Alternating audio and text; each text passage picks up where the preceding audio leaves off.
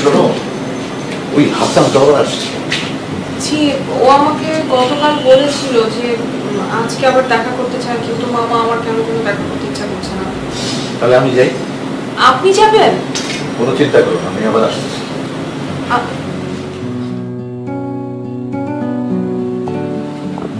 রোমা, ওই লোকটা তো তোমার সাথে কোনো ঝামেলা করেনি? আরে না, কি যে বলো। ভালো, খুব ভালো, মানে এত ভালো যে আমি আসলে আগে বুঝতেই পারিনি। শুধু একটাই খটকা লাগছে যে মানে তোমার সাথে এতদিন কোনো যোগাযোগ করেনি আর কি। আবার দেখো এবার এলো, কোনো ঝামেলা করেনি। হ্যাঁ, কত ভালো। আসলে আসলে সে তোমাকে কি না থাক। আমি বুঝেছি। কি ব্যাপার, হাসছো কেন? এমনিতেই। শোনো বাবা, আমার মনে হইতেছে আজকে তুমি যাও, ও কিছু করবে না। আমার মনে হইল ওর বিদায়ের পালা শুরু হয়েছে। আমারও তাই মনে হয়েছে। তাহলে তুমি যাও, দেখা করো। আর তাছাড়া ওরা কেউ বলে দিও আর কি যে আজকেই শেষ, আর আর দেখা সাক্ষাৎ হবে না। কি বলো যাবে? হ্যাঁ, আমারও তাই মনে হয় না। আচ্ছা তুমি যাও, দেখো শেষ কথা সে কি বলে, আর আমরা তো আছি। তুমি যেতে বলছো? অবশ্যই বলছি, আমার ধারণা সে ভালো লোক। আচ্ছা ঠিক আছে, তাহলে আমি যাই।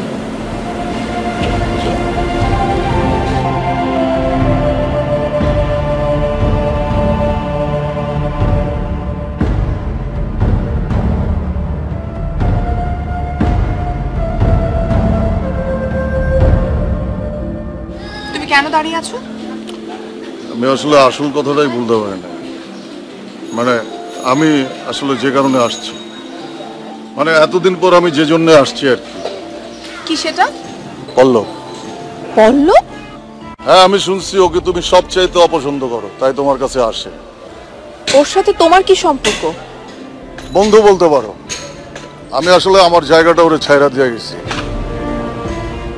শোনো রুমা, বর্ণনা সুস্থ হয়ে উঠলে ওর সাথে পল্লবের বিয়া দিয়ে দিবা। পল্লব বর্ণনারে কতটুকু ভালোবাসে সেটা আমি জানি, আর পল্লব কত ভালো ছেলে সেটাও আমি জানি। সেই জন্যই আমি বিয়ার দিন আসছিলাম, আইসা দেখি বাসায় কোনো সাড়া শব্দ নাই, কেউ নাই। তারপরে তো শুনলাম অ্যাক্সিডেন্ট। যাই হোক, আমি দোয়া করি বর্ণনা সুস্থ হয়ে উঠুক, বর্ণনার বিয়াটা পল্লবের সাথেই হোক। বর্ণনা ঠকবে না, যেমন তুমি ঠকো নাই আমারে বিয়া না কইরা। তোমার জামাই অনেক ভালো লোক, আমি খবর নিচ্ছি। এটাই কি তোমার কথা? হ্যাঁ এটাই। ভালো থেকো তুমি। চলে যাবে? তোমার কাছে আসতে চাইলে আমি আরো 7 বছর আগে আসতে পারতাম, আসি নাই, কারণ আমি তোমার সত্যিকারে ভালোবাসি। আর একটা কথা, তোমার বাবারে আমার সালাম দিও। তারে বইলো আমি ক্ষমা চাই, আমি আসলে তার সাথে অনেক বড় খারাপ কাজ করে ফেলছি। বাবা মার সাথে খারাপ ব্যবহার করে কেউ সুখী হইতে পারে না। তুমিও সেদিন ভালো ডিসিশন নিছিলা তোমার বাবা মার কথা শুনা। ভালো থেকো রুমা।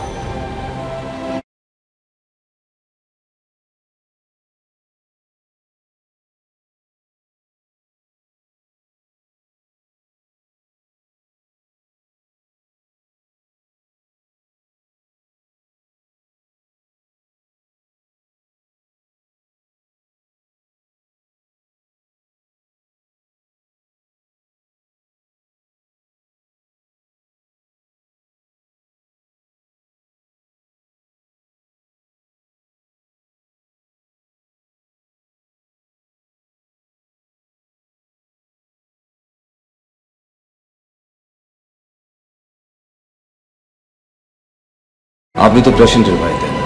জি ডক্টর। আপনার বাবা মা কি বাসায়? জি বাসায় আছেন।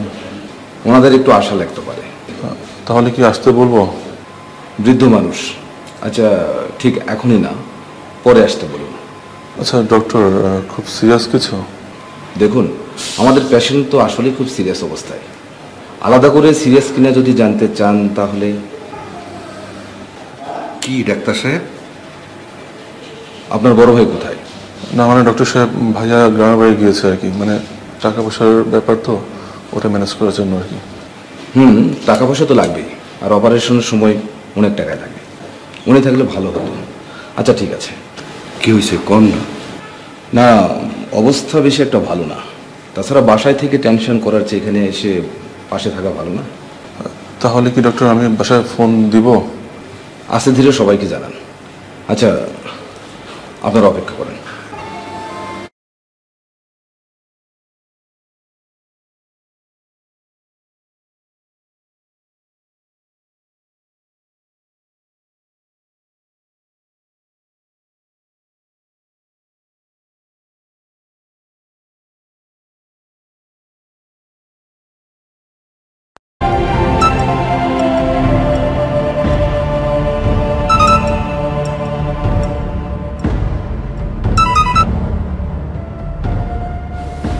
কারণ বল। ভাই, ডাক্তার মুরাদ আইছিল, শীষের সাথে কথা কইল। তুই আসলি না? আসিলাম। কি কইল? কি যে কইলো এটাই তো বুঝলাম না। প্রথম কইলো বর্ণনার বাপ মারে ডাকতে, পরে কইলো যে না, ধীরে ধীরে ডাকেন। কি করছ তুই তাহলে বর্ণনার অবস্থা? ভাই, ভালো না খারাপ ডাক্তার তো কিছুই কইলো না। ওই তোরা থাক, আমি আইতেছি। আচ্ছা ভাই, তাড়াতাড়ি আয়।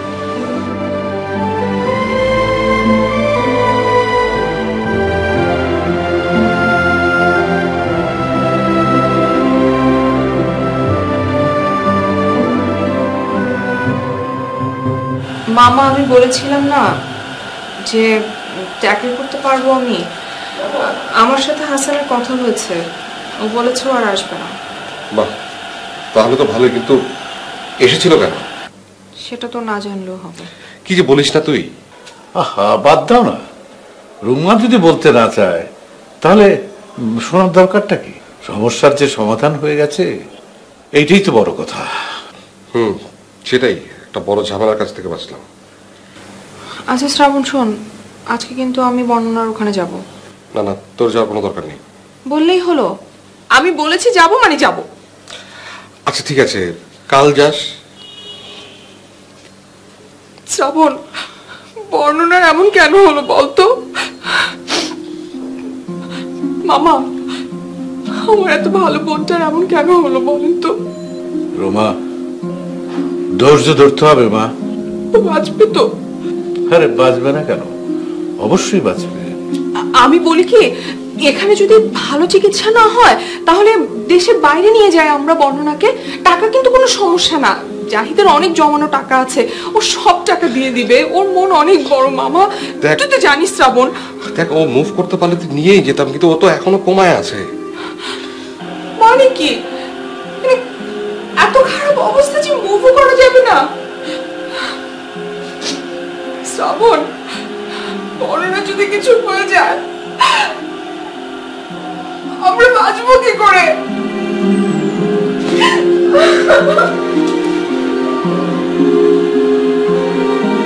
শ্রাবণ, সত্য কথা শোনো, বর্ণনার অবস্থা কিন্তু মোটেই ভালো না। মানে? মানে কালকের চেয়েও খারাপ। আমাদের সব কিছুর জন্যই রেডি হয়ে থাকতে হবে।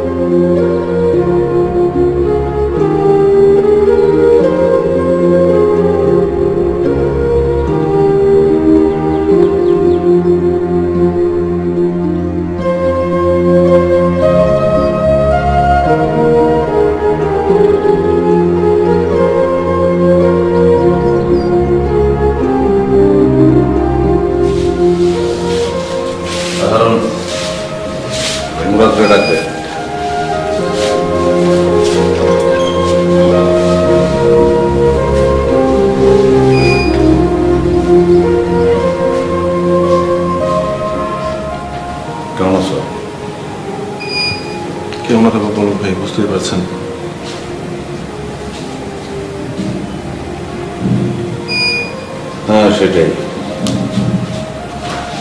কেউ ভালো থাকবে, কেউ ভালো নেই।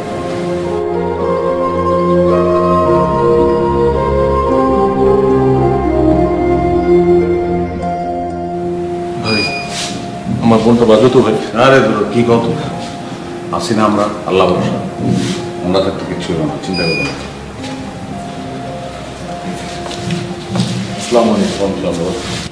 বর্ণার কি অবস্থা মুরাদ? অবস্থা আসলে একটু জটিলই ভাই। জটিল মানে? জি ভাই, আসলে ওনার আরেকটা অপারেশন করা লাগতে পারে। কেন? মানে ভাই হয়েছে কি, ওনার মাথার ভিতরে যে ক্ষত ছিল ওখান থেকে আবারও রক্তক্ষরণ শুরু হয়েছে, তাই অপারেশন না করলে কোনো গতি নেই। তো শুরু করো। আচ্ছা শীষ সাহেব, আপনার বাবা মাকে আসতে বলেন, কারণ বনসই দিতে হবে। ওটা তো শীষ নিজেও দিতে পারে, তুমি শুরু করো। তা পারে, কিন্তু হাসপাতালে লাখ দুয়েক টাকা জমা দিতে হবে। ধরো মিয়া, এই কথা আমারে কইবে না তুমি। কারণ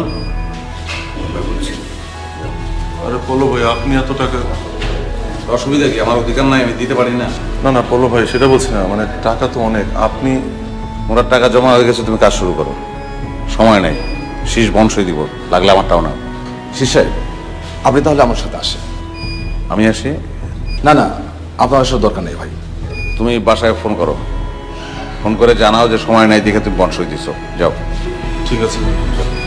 শীষ সাহেব, ভাই থ্যাংক ইউ। শীষ সাহেব, সামনে যাও। কিন্তু শরীরে নাকি অনেক ব্যথা। ওই তো অনেক আঘাত পাইছে তো। আল্লাহ জানে, আম্মাকেও কেউ হসপিটালে ভর্তি করতে হয় নাকি কে জানে।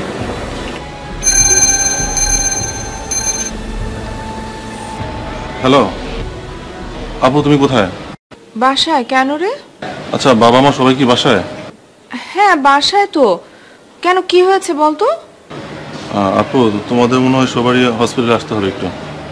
হঠাৎ? এই বর্ণনার ইমিডিয়েট অপারেশন করাতে হবে। আরে কি বলিস, কেন? একটু আগে ডক্টর আসছিল, সে বললো যে অপারেশন করাতে হবে। আমি বনসই দিয়ে আসলাম, অনেক টাকাও লাগবে। আরে টাকা নিয়ে তুই চিন্তা করিস না। আচ্ছা তোমরা তাড়াতাড়ি চলে আসো। হ্যাঁ আচ্ছা আচ্ছা ঠিক আছে, আমরা আসছি। আচ্ছা আপু তোমরা তাড়াতাড়ি আসো, আমি যাচ্ছি ডক্টরের কাছে। তোমরা তাড়াতাড়ি আসো প্লিজ, আমার খুব টেনশন হচ্ছে, ভালো লাগছে না কিছুই। তুই কোনো টেনশন করিস না ভাই আমার, তুই একটু অপেক্ষা কর, আমরা সবাই আসছি।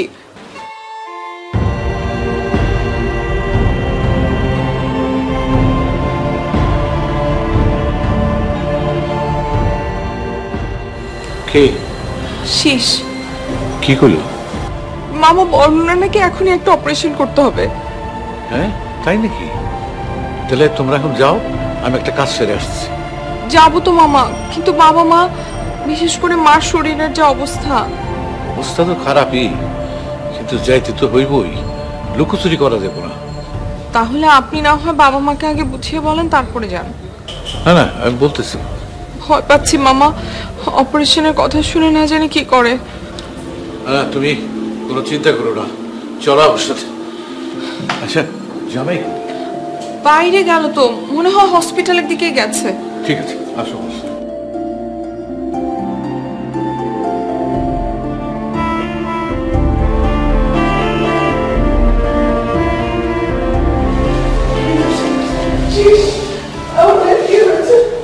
অপারেশন থিয়েটার নেওয়া হয়েছে।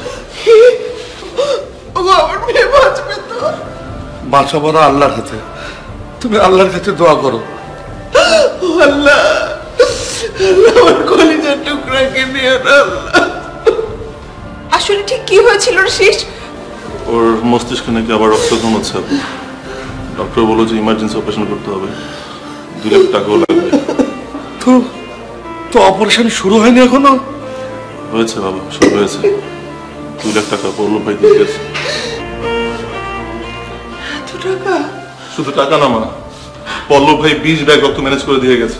আর যেখানে রক্ত নেওয়া হচ্ছে সেখানে মানুষের সিরিয়াল ধরে আছে। শীষ, ডাক্তার তোকে কোনো ব্রিফ করেছে? মানে বর্ণনার অবস্থা কেমন এখন? হ্যাঁ ব্রিফ করেছে। আসলে আরে বাবা, আসলে অবস্থাটা কি বল। মানে আপু, তুই আসল কথা না বলে শুধু মানে মানে করছিস কেন? মনে মনে করছি, কারণ বর্ণনার অবস্থা খুব একটা ভালো না। শেষ